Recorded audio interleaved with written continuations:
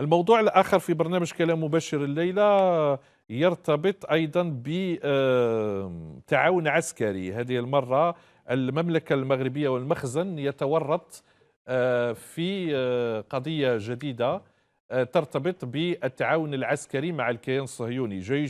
الجيش المغربي يستعين بالحليف الجديد القديم وهو الكيان الصهيوني لعقد اتفاقيات جديدة في الاستعلام والدفاع الجوي والحرب الإلكترونية. هذه الاتفاقيات تم الإعلان عنها خلال اليومين الماضيين بالعاصمة الرباط.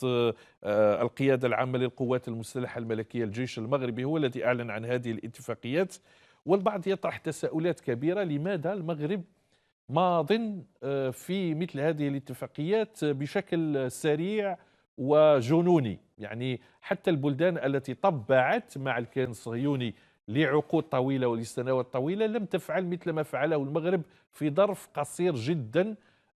وهذه الاتفاقيات العسكرية مثيرة للريبة والشك. حتى عندنا المغرب يتفق مع الاحتلال الإسرائيلي على توسيع التعاون العسكري. كاين حتى صور، ماذا بيا الزملاء يبدلون الصورة باش نشوفوا صورة بعض الصور وبعض التعليقات من المواقع المغربية. هذا الموقع الكوميدي المغربي هيسبريس، هذا موقع كوميدي، اللي باغي يخرج شوية ويضحك شوية يدخل هيسبريس المغربي يضحك. كاين بزاف معلومات تاع المغرب تضحك. التعاون العسكري مع المغرب يقرب الجيش الإسرائيلي. عود رد يا أستاذ، رد يا زميلي المخرج. التعاون العسكري مع المغرب يقرب الجيش الإسرائيلي من مناورات الأسد الإفريقي. قلت لكم كوميدي، نكتة، هذه نكتة. يعني وكأن المغرب يملك أصلا أن يحدد من يشارك ومن لا يشارك في مناورات الأسد الإفريقي، حتى هو الذي يتدخل لصالح الكيان الصهيوني. وعلى ذكر المطبعين، أيها المطبعون الجدد، شوفوا واش صرا للمطبعين القدامى.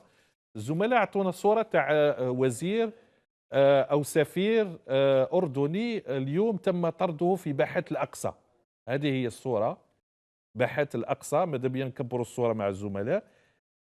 وين هذا جندي تاع الاحتلال الصهيوني. هذا السفير اللي هو يهضر هو سفير الأردن لدى الاحتلال.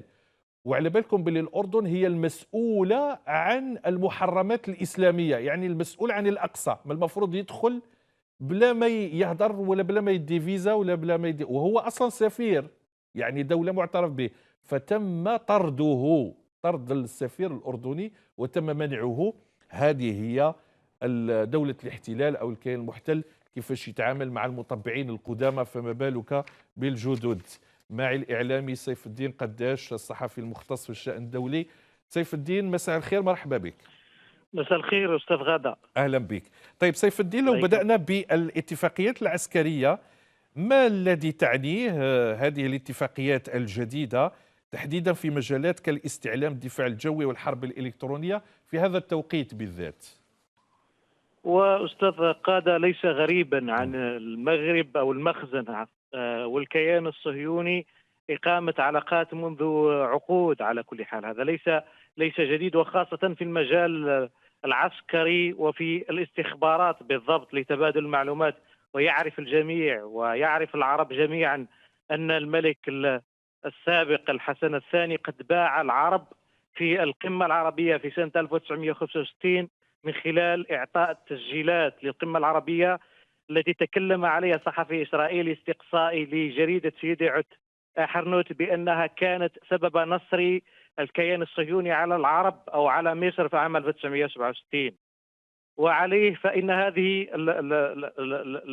الخطوة الجديدة تكرس رؤية المخزن أو تكرس الانبطاح المخزني للكيان الصهيوني واستخدامه كدولة وظيفية لتوظيفه لضرب الشرفاء وأصحاب المبادئ والدول الواقفة والصامدة بإزاء الممارسات العبثية للمخزن، بإزاء الصحراء الغربية وبإزاء القضايا العربية والاحتلال الذي يمارس عمليات الاغتيال والاستيطان والدمار الشامل داخل فلسطين المحتلة. طيب هذا التحرك العسكري مع العدو التقليدي، العدو رقم واحد، وقد يكون العدو الوحيد لهذه الأمة، وأن يعني الجزائر كانت قد اعترضت أصلا على المجيء به إلى حدودها والآن يتم التعاون معه عسكريا بشكل مفرط. يعني هنالك إسراف في هذه الاتفاقيات. هذا يمثل تحديا أيضا أستاذ قداش بالنسبة للجانب الجزائري، أليس كذلك؟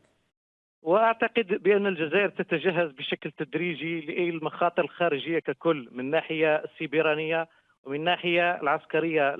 المخابرات الجزائريه من خلال المعلومه الاستراتيجيه تعمل دوريا لتحديث ومتابعه الاوضاع. قائد الاركان سابقا أو وزاره الدفاع الوطني سابقا اقامت شهري فيفري وماي الماضي، عفوا عام 2021، ندوتين حول حروب الجيل الجديد والامن السيبراني، والتي حذرت من خلال على المخاطر الخارجيه، خاصه مع تنامي برنامج او استعمال برنامج بيجاسوس الذي توضحت فضائحه للراي العام الدولي انذاك.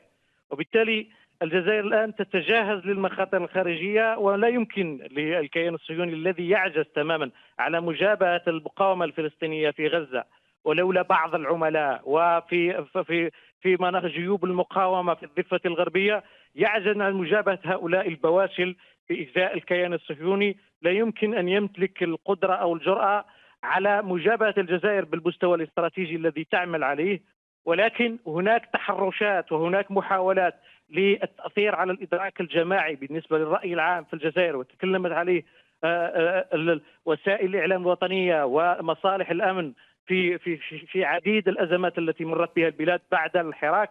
وبالتالي هناك مناورات خبيثه وهناك الاعيب يحاول تسويقها الكيان الصهيوني من خلال المغرب كدوله وظيفيه تستعمل لتوحيد العداوه ضد الجزائر، عداوه الكيان الصهيوني الذي يجد في موقف الجزائر بإزاء القضيه الفلسطينيه المشرف والكبير، يجد فيه خطرا وجوديا على وجوده.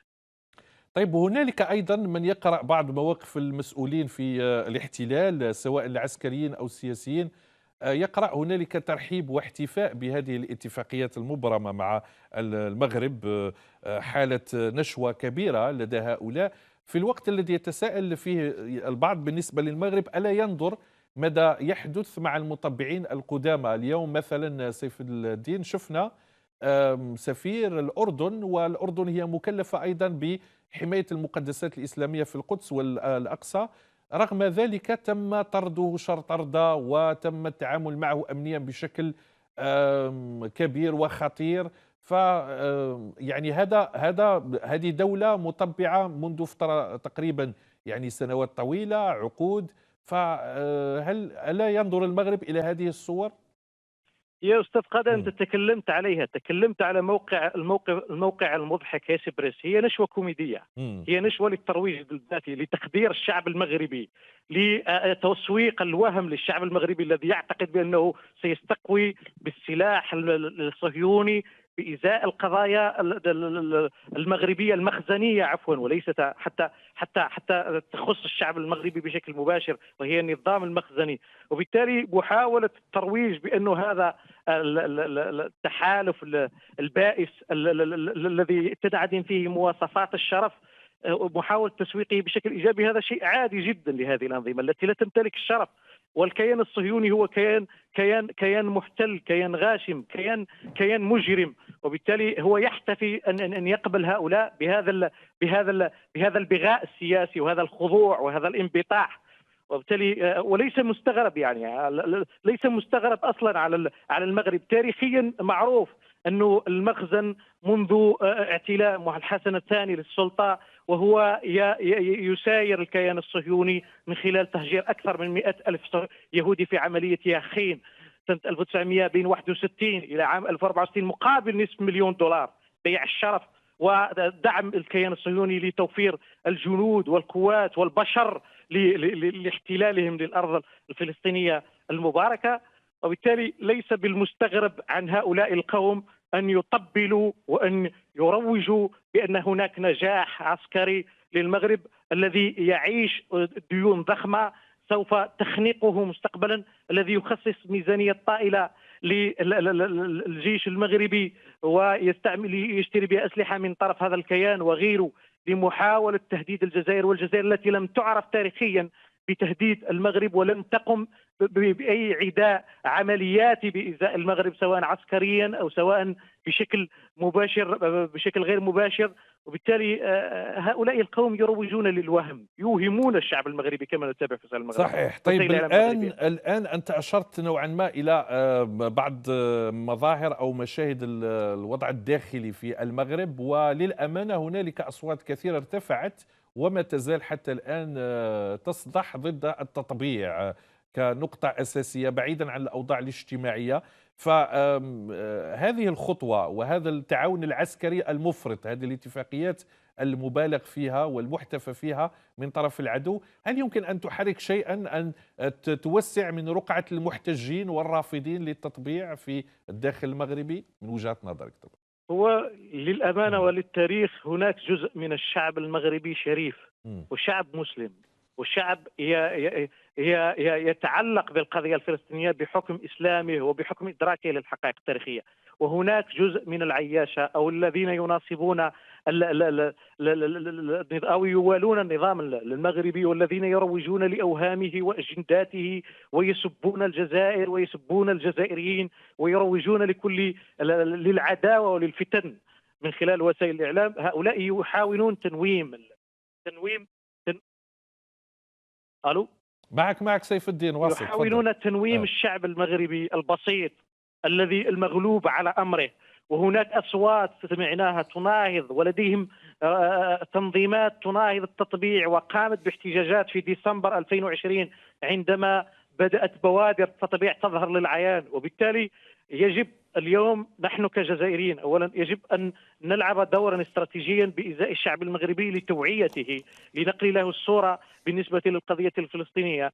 يجب أن لا نبادر كشعب أو كمواطنين لترويج الفتنة أو الإساءة، وإنما نحاول توضيح الأمور، كسب الشعب المغربي لصف القضية الفلسطينية بالأساس، وجذبه عن التوجه المخزني البائع القضايا العربية والإسلامية بشكل استراتيجي وواقعي ومتدرج، لأن الشعوب تحكمها العواطف، تحكمها المبادئ، تحكمها القناعات، والمخزن يقوم بكم هائل من الترويج والتنويم بإزاء توجهاته وتمجيدها كأنها نصر استراتيجي وكأنها نجاحات عظمى وكأنها فتوحات كبرى، بإزاء قضاء مقايضة استعمار فلسطين المباركة، بإزاء الصحراء الغربية المحتلة والتي وقفت معها الجزائر منذ 1972 وقبل ذلك. وقدم الرئيس الراحل هواري بودين عرضا للملك المغربي والدول المغاربية لدعم وتحرير الصحراء الغربية من خلال دعم جبهة البوليزاريو، ورفض الملك المغربي وأقامت البوليزاريو في الجزائر مؤتمرها، وكانت الجزائر داعمة لها. شكرا لك، يعطيك الصحة سيف الدين قداش الزميل شكرا جزيلا أستاذ قادر، مختص الشأن الدولي على هذه المداخلة. شكرا سيف الدين.